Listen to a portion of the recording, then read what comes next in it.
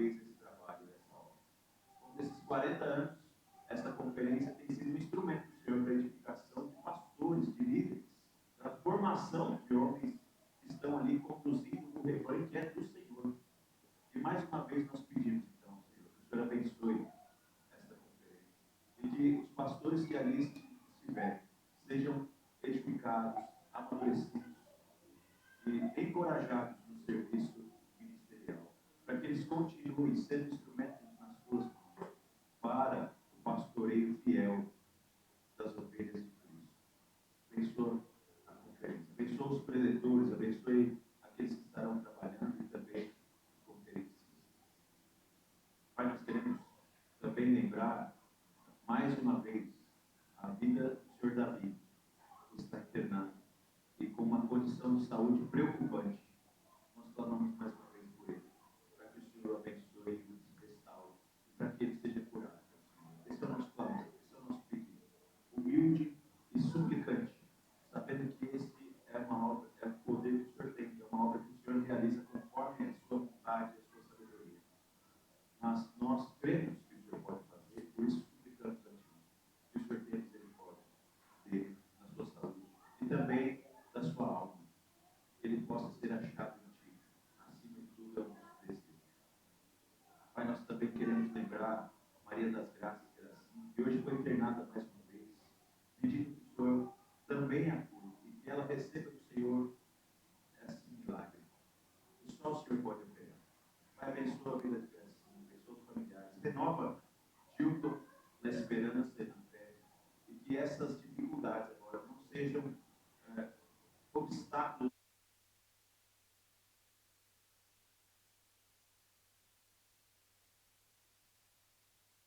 da tua graça, da visão da tua majestade. Abençoa essa família.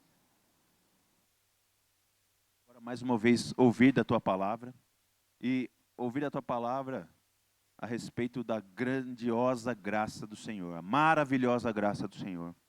E o que nós pedimos é que o Senhor abençoe, então. Abençoa o Alan, que vai nos trazer a mensagem. Que ele seja instrumento nas tuas mãos. Nós queremos agradecer pela vida dele, pelo testemunho dele. Obrigado porque ele é manifestação da tua graça, que mostra de maneira muito generosa o favor do Senhor para com pecadores. E nós te bendizemos por isso. Te louvamos pela sua família, pela Letícia, pelo Theo, pelo Otto, pela Nalu, que são crianças que também têm, né, demonstrado esta confiança no Senhor. Essa família como um todo é uma bênção para nós e nós estamos muito contentes e gratos por tê-los conosco. E nesse momento nós pedimos, Senhor abençoe Alan, que ele seja mais uma vez instrumento nas tuas mãos para a nossa edificação. Traz convicção ao nosso coração da tua graça, é o que nós clamamos em Jesus Cristo. Amém. Amém. Irmão Alan, nos dará hoje o grande privilégio de ouvi-lo falando sobre a graça. Deus te abençoe, Alan. Obrigado.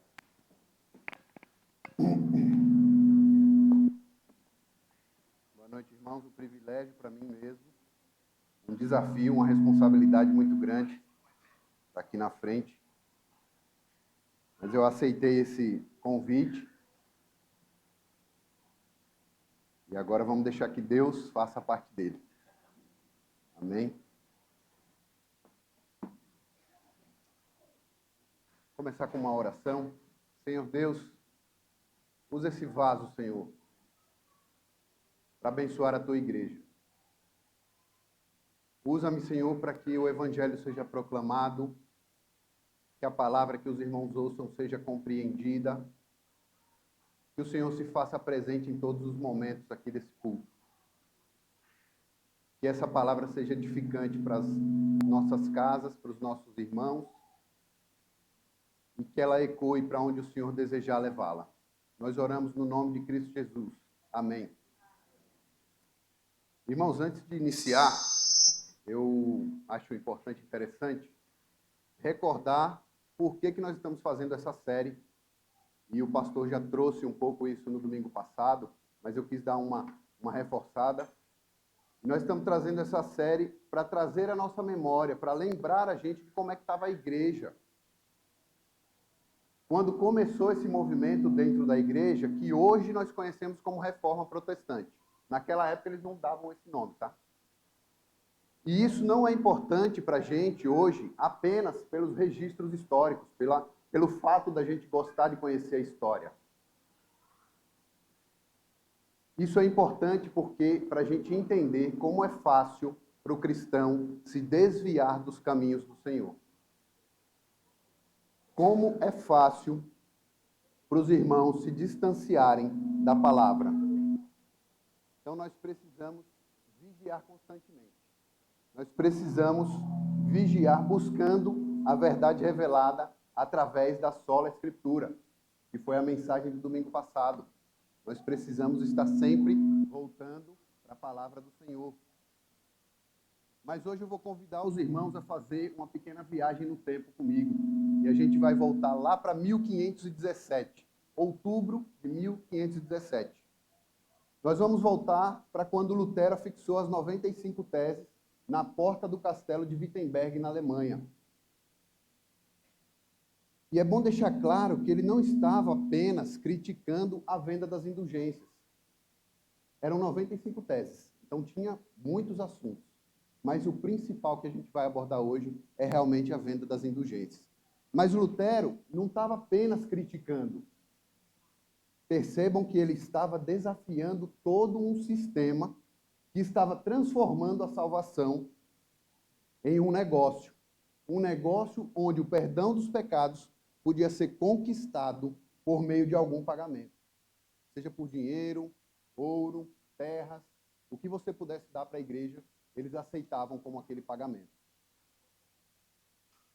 Mas nós estamos falando, prestem atenção, da Igreja Católica Romana do século XVI. E que naquele período, e eu posso dizer que hoje ainda é um pouco assim, era um enorme poder político e econômico. A igreja tinha um enorme poder político e econômico. E a venda de indulgências, ou a venda do perdão dos pecados, ela havia se tornado um bom negócio, um negócio lucrativo. Eles prometiam até mesmo reduzir o tempo de sofrimento no purgatório. Ou seja, se você não consegue pagar por todos os seus pecados, você paga por uma parte. Pelo menos a gente diminui o peso do seu castigo. Mas é óbvio que a igreja estava se distanciando das verdades bíblicas. E cada vez mais estava sendo conduzida por homens que eram movidos por outros interesses. E foi justamente nesse tempo que o Senhor levantou homens de fé, que hoje são conhecidos como os reformadores, e colocou nos seus corações esse desejo de trazer a igreja de volta para o rumo, de trazer a igreja de volta para as verdades bíblicas. E é bom lembrar, assim como Albert também falou no domingo passado, que a gente fala de alguns reformadores, mas eram vários. Então, além de Martinho Lutero, também tinha Felipe Melanchthon, que foi um grande colaborador de Lutero, inclusive, João Calvino, que é um grande conhecido nosso, que foi um reformador francês, mas que desenvolveu a teologia reformada em Genebra, na Suíça, e Zwinglio também, que ficou muito conhecido por liderar a reforma em Zurique, também na Suíça, entre alguns outros nomes. Mas todos esses homens tinham o mesmo objetivo: resgatar a igreja, trazer ela de volta para o seio das Escrituras, trazer elas de volta para a doutrina da graça e para a fé no Senhor Jesus Cristo. Irmãos, feita essa introdução, eu vou pedir aos irmãos que abram agora a palavra do Senhor no livro de Romanos, capítulo 3, que vai ser o texto que nós vamos estudar hoje. Romanos 3, e eu vou ler dos versículos 22 a 24. Uma passagem curta, mas nós vamos ver a profundidade do que Paulo escreveu aqui. Romanos 3, 22 a 24 diz assim: é a justiça de Deus, mediante a fé em Jesus Cristo, para todos e sobre todos os que creem, porque não há distinção, pois todos pecaram e carecem da glória de Deus, sendo justificados gratuitamente por sua graça, mediante a redenção que há em Cristo Jesus. Irmãos, tudo na vida tem um preço. Eu acho que essa é uma frase muito comum. Provavelmente todo mundo aqui já ouviu essa frase. E ela faz bastante sentido quando a gente pensa no mundo físico, no mundo material. As coisas realmente têm preço, não é? E quando a gente quer vender ou quando a gente comprar alguma coisa, a gente sempre procura saber o preço daquilo que a gente está interessado. Então, é bem normal que antes de comprar ou vender algo, nós avaliamos aquele item. E as nossas avaliações são baseadas nos nossos sentidos. Como nós vemos as coisas, como nós percebemos o estado das coisas, como nós sentimos, qual é o nosso sentimento naquele momento. Você olha e, esse aqui está bem conservado, esse teclado. Nossa, esse aqui está bem novinho. Você vai avaliando. E, opa, dessa vez eu vou comprar porque está com 50% de desconto. Então, nós avaliamos e usamos os nossos sentidos ali. E, geralmente, nós estabelecemos alguns critérios para essas avaliações, para comprovar se realmente o preço está bom. E, na verdade, em algumas situações, nós nem pensamos muito no preço, já vamos lá comprando, né? Essa é a verdade. Mas agora imaginem comigo um galpão enorme, um galpão gigante mesmo, com muitos corredores e prateleiras. E ali naquelas prateleiras estão todos os seres humanos. Estamos nós, está eu, você, todo mundo aqui e todo o restante da humanidade. E Deus, Criador dos céus e da terra, pega os carrinhos daquele galpão, chama os anjos e eles vão andando nos corredores. E aí ele vai passando e vai colocando dentro do carrinho. Esse aqui eu vou levar porque esse aqui é muito inteligente. Esse aqui eu vou levar porque ele fala bem, é eloquente. Vou colocar ele no meu carrinho. Esse aqui é forte, vai matar muitos filisteus, eu vou levar ele também. E ele vai passando, esse é bom para aquilo, esse é bom para isso, e vai colocando no carrinho. Nós sabemos que Deus não utiliza os mesmos critérios que nós para a eleição dos seus.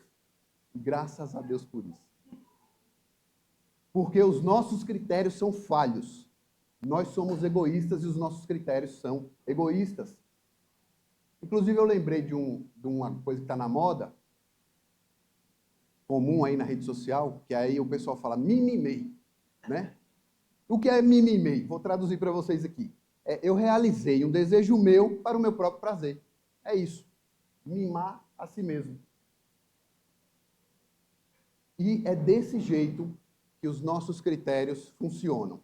A gente pensa primeiro na gente, nos nossos prazeres, nos nossos desejos. E logo, logo a gente vai ver a respeito dos critérios do Senhor. Mas, por enquanto, eu peço que os irmãos lembrem o quão egoístas são os nossos critérios. Voltando à epístola agora aos Romanos. Paulo, nos trechos anteriores da carta, ele havia deixado claro que o ser humano, que todo ser humano está debaixo do pecado. Ainda no capítulo 3, nos versos 10 a 18, o apóstolo está citando vários trechos de Salmos e de outros textos do Antigo Testamento, deixando explícito como é o homem. Não há um justo, nenhum sequer. Podem conferir aí. Não há quem busque a Deus. Verso 10 e 11. Todos se desviaram. Inclusive, na epístola também já ficou claro essa questão de que para Deus não existe distinção entre grego e judeu, judeu e grego. Não existe distinção. Mais para frente, no verso 29, Paulo vai dizer que ou seria Deus apenas dos judeus? Será que também não é Deus dos gentios? Então não havia diferença. Ele diz, Deus é Deus também dos gentios, sim, visto que Deus é um só. Então não resta dúvida que não havia diferença. Paulo, falando isso, ele reafirma também os registros de Lucas lá em Atos, quando o evangelho se expandia para fora de Jerusalém e já havia alcançado muitos gentios. Vamos lembrar lá do comecinho, quando alcança a família de Cornélio. Depois os irmãos, eu sugiro que leiam Atos 10 para lembrar dessa história. Mas o evangelho já estava fora de Jerusalém nessa época. E Paulo, ele escreve, depois desses fatos, com essa autoridade, e ele diz que todos pecaram, no 23, e carecem da glória de Deus. Não tem nenhuma exceção, não tem nenhum parênteses, não tem nenhuma vírgula ali. Não dá para a gente fazer outra interpretação. Todos são todos. Todos somos nós. São todos os seres humanos mesmo. Porém, é bem aqui nesse ponto que nós vamos encontrar muita resistência. Falando em linhas gerais, a humanidade não aceita, ela não quer aceitar essa verdade de jeito nenhum.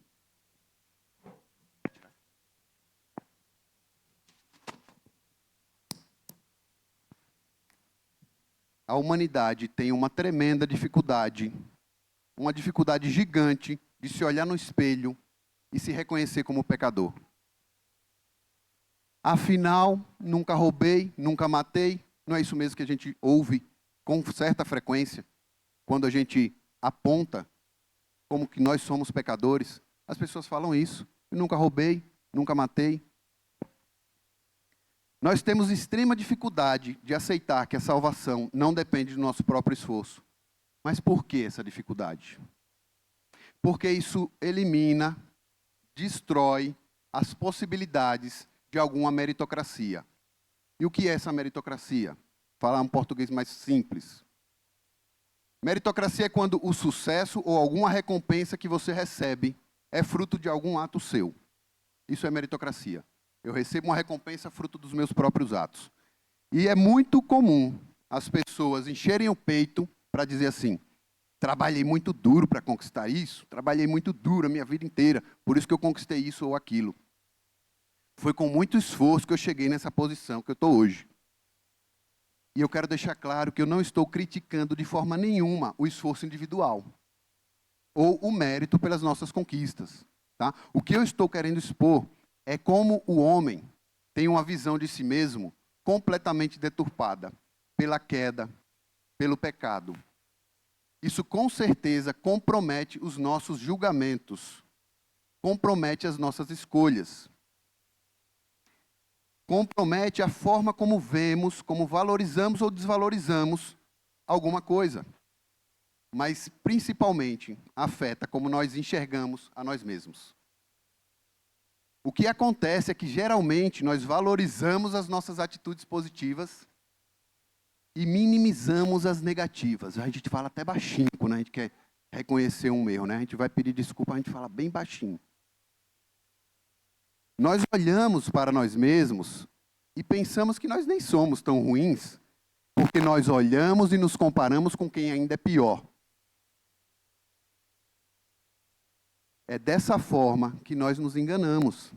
E nós somos muito bons nisso, em nos auto-enganar. Nós somos os melhores. Olhamos e apontamos para quem comete erros piores para justificar os nossos erros. Mas agora eu quero que vocês reflitam aqui comigo. Como é que Deus nos vê? Já parou para pensar? Vamos tirar a nossa medida agora com a régua do Senhor, que é santo, santo, santo. Como é que fica agora? Como é que Deus me vê? Como é que Deus te vê? Como é que Deus vê a sua vida como um todo, na presença dEle? Será que alguém ainda vai ter coragem de dizer que não é tão mal assim? Até os nossos pensamentos o Senhor conhece. Davi escreveu no Salmo 139. É um salmo um pouco mais extenso, eu vou ler só os primeiros 4 versos para os irmãos lembrarem do salmo. Senhor, tu me sondas e me conheces. Sabes quando me sento e quando me levanto. De longe conheces os meus pensamentos. Observas o meu andar e o meu deitar. E conhece todos os meus caminhos. A palavra nem chegou à minha língua. E tu, Senhor, já conheces toda. Irmãos, eu estou falando isso porque enquanto o homem não conseguir se enxergar como um pecador, não vai entender a realidade da graça. A realidade da salvação que vem a nós pela graça do Senhor. Primeiro, a gente precisa nos enxergar como realmente somos, sem romantizar ou minimizar os nossos pecados. Olhem para o mundo ao nosso redor. Olhem para a nossa sociedade. o pecado já contaminou tudo. Em Romanos 8:22, Paulo escreve que sabemos que toda a criação, a um só tempo, geme e suporta as angústias até agora. Toda a criação geme por conta do pecado. A ira de Deus está sendo derramada sobre toda a criação. E não tem como dissociar isso. Está em nós. Esse vírus do pecado, se é que eu posso chamar assim, o pastor fez uma outra ilustração hoje de manhã. Mas, para entender, fica um pouco mais simples de entender que contaminou tudo e todos. É um vírus que está aí em todo lugar.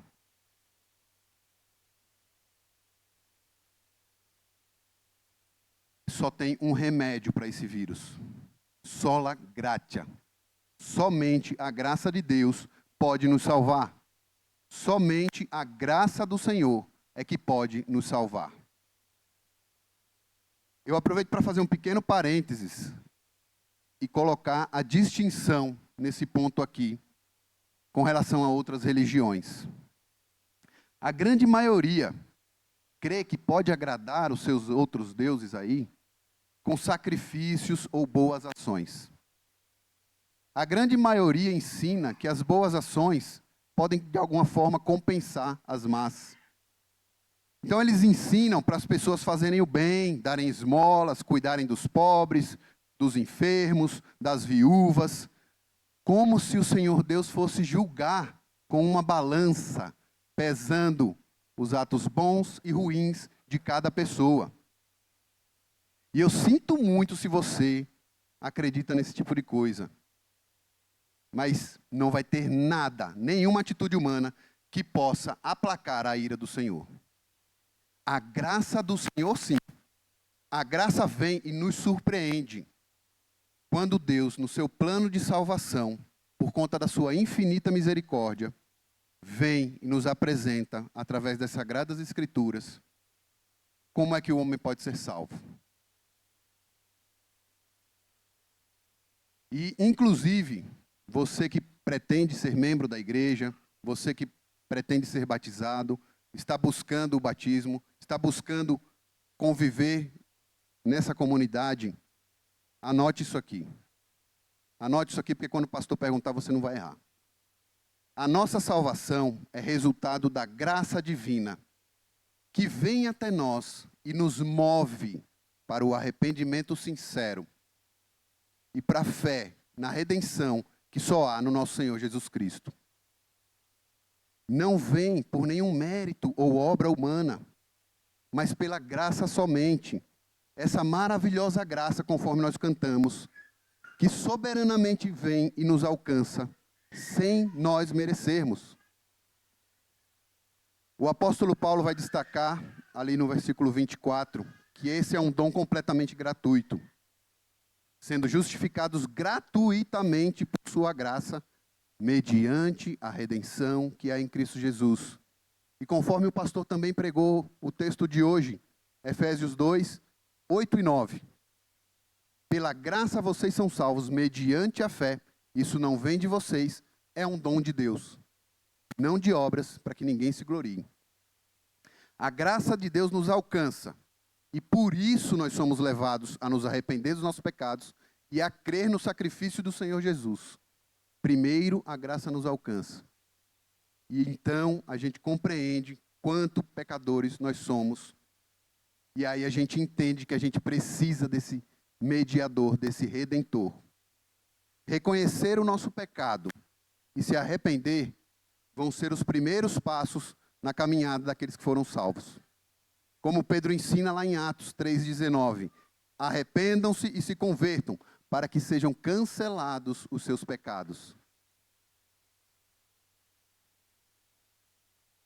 Para que os nossos pecados sejam cancelados, a gente precisa do arrependimento e da conversão ao Senhor Jesus Cristo. E agora sim, nós sabemos que estamos sendo movidos pela graça ao arrependimento, à confissão dos pecados, e agora compreendemos essa necessidade da redenção. E a partir de agora, nós vamos buscar uma mudança de vida. Uma nova vida voltada para Deus. Os próximos passos, então, do cristão. O cristão não vai ficar parado só no arrependimento e na confissão, mas ele vai dar outros passos. Serão na busca diária por uma vida em santidade, e que nada mais é do que uma consequência da graça recebida. Os cristãos salvos são chamados a viver guiados pelo Espírito Santo. E lá em Hebreus 12:14 está escrito assim: procurem viver em paz com todos e busquem a santificação, sem a qual ninguém verá o Senhor. Busquem a santificação. Irmãos, a graça é um presente que recebemos de Deus e que realmente transforma a nossa vida, altera o sentido da nossa vida. E os reformadores perceberam isso, que essa era uma verdade essencial e que estava sendo perdida, sendo obscurecida pela ganância dos líderes da igreja daquela época. As indulgências que eram vendidas não estavam transformando a vida de ninguém. As indulgências não estavam levando as pessoas a buscar uma vida de santidade. Assim, irmãos, como nós, nunca, jamais iremos alcançar a salvação por meio de Cristo e mais qualquer coisa. A salvação não vai ser por meio de Cristo e mais uma caminhada até tal lugar. A salvação não vai ser por meio de Cristo e mais subir uma montanha. Não vai ser. Cristo e vou me abster disso, vou me abster daquilo. Mas Cristo somente. A nossa salvação é Cristo somente. Mas isso é assunto para uma próxima mensagem. Solos Cristos. Fiquem atentos para vocês ouvirem. Por isso eu não vou me aprofundar muito nesse assunto. Mas a salvação vem pela graça que nos leva a aceitar a Cristo como o único e verdadeiro Salvador. Ponto. Ponto final. Não tem vírgula e faça uma caminhada, carregue uma cruz pesada, se arraste de joelho. Não tem nada. É Cristo e ponto final. E agora já caminhando, irmãos, para o encerramento. Eu espero que tenha ficado claro nessa noite sobre o preço, sobre o valor da nossa salvação. Utilizando mais uma passagem do meu apóstolo favorito, em 2 Timóteo 1:9, vocês vão ver que eu citei praticamente só Paulo aqui. Paulo diz que foi o poder de Deus que nos salvou e nos chamou com santa vocação, não segundo as nossas obras, mas conforme a sua própria determinação e graça que nos foi dada em Cristo Jesus, antes dos tempos eternos. É a obra do Senhor Jesus Cristo, é o seu sacrifício na cruz, que fundamentam essa doutrina da graça. O seu sacrifício, irmãos, foi completo e é completamente suficiente para pagar pelos nossos pecados. E todos os méritos são dele. Nós não vamos ter mérito nenhum. Os méritos são exclusivamente do Senhor. Efésios 1, 7 e 8 vai dizer que nele, em Jesus, nós temos a redenção, pelo seu sangue, a remissão dos pecados, segundo a riqueza da sua graça, que Deus derramou abundantemente sobre nós, em toda a sua sabedoria e entendimento. Mas então, qual que é o nosso papel? Você pode estar se perguntando, e eu vou reforçar esse ensino dessa noite aqui, falando sobre qual é a nossa resposta. Qual é o nosso papel enquanto salvos pela graça? E que estão ansiosos pela segunda vinda de Cristo. O nosso papel é viver constantemente em arrependimento. Arrependimento sincero de coração. Arrependam-se e se convertam para que sejam cancelados seus pecados. Sem arrependimento não vai. E o segundo papel que a gente tem é de buscar a vida em santidade. Busquem essa vida em santidade, sem a qual ninguém verá o Senhor. Reflitam como é que a graça tem transformado as suas atitudes. Essa é uma reflexão individual. E a nossa chance, irmãos, é agora. É ouvir a mensagem do Senhor e buscar ao Senhor. Não deixe isso para depois. Busque ao Senhor. Orem. Peçam por essa graça do Senhor. Se arrependam, peçam perdão pelos seus pecados. E busquem viver em santidade. Hebreus 9, 27 e 28, diz assim: e assim como aos homens está ordenado morrerem uma só vez, vindo depois disso o juízo, assim também Cristo, tendo se oferecido uma vez por todas para tirar os pecados do mundo, aparecerá a segunda vez, não para tirar pecados, mas para salvar aqueles que esperam por ele. A igreja está esperando por essa segunda vinda. Só que ele não vai vir mais para cancelar pecados. Que fique bem claro. Ele vai vir para resgatar os seus que foram comprados pelo seu sangue. E amados, as obras não são a causa da nossa salvação, realmente. Mas elas são prova do fruto da graça que opera em nós. E é bom a gente ter essa consciência, porque se eu sou salvo pela graça, eu não posso ser um crente acomodado, um crente preguiçoso. Pelo contrário, o Santo Espírito vai nos mover na direção das boas obras.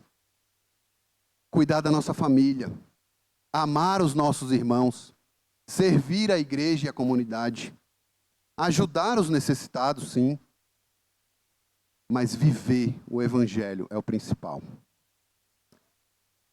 Deus é quem efetua em nós tanto o querer quanto o realizar, segundo a sua boa vontade. Filipenses 2,13. E a graça da salvação nos move nessa direção. Assim como moveu o apóstolo Paulo, um homem que antes do encontro com Cristo respirava ódio. Lembram como é que foi no caminho para Damasco? Saulo, Saulo, por que me persegues? Ele estava perseguindo a igreja com mão de ferro, mas foi transformado pela graça do Senhor em um mensageiro do seu amor. Assim como nós temos muitos outros exemplos das transformações que a graça faz em nossas vidas. Essa é a graça soberana do Senhor. Ela não só perdoa os nossos pecados, ela nos transforma, ela renova o nosso coração, ela muda o nosso entendimento das coisas. E essa mesma graça que alcançou Paulo, que alcançou aquele ladrão na cruz, que estava crucificado ao lado de Jesus, ela também nos alcança hoje. Que a nossa congregação possa experimentar essa graça, estando consciente que o preço, um alto preço, foi pago, e que toda a glória pertence a Deus, somente a Deus, pois a salvação é uma obra dele, somente dele, do começo ao fim. Vamos orar ao Senhor. Grandioso Deus e Pai, Criador dos céus e da terra, nós louvamos o teu santo nome pela forma como o Senhor, antes da fundação do mundo, no seu plano maravilhoso de salvação,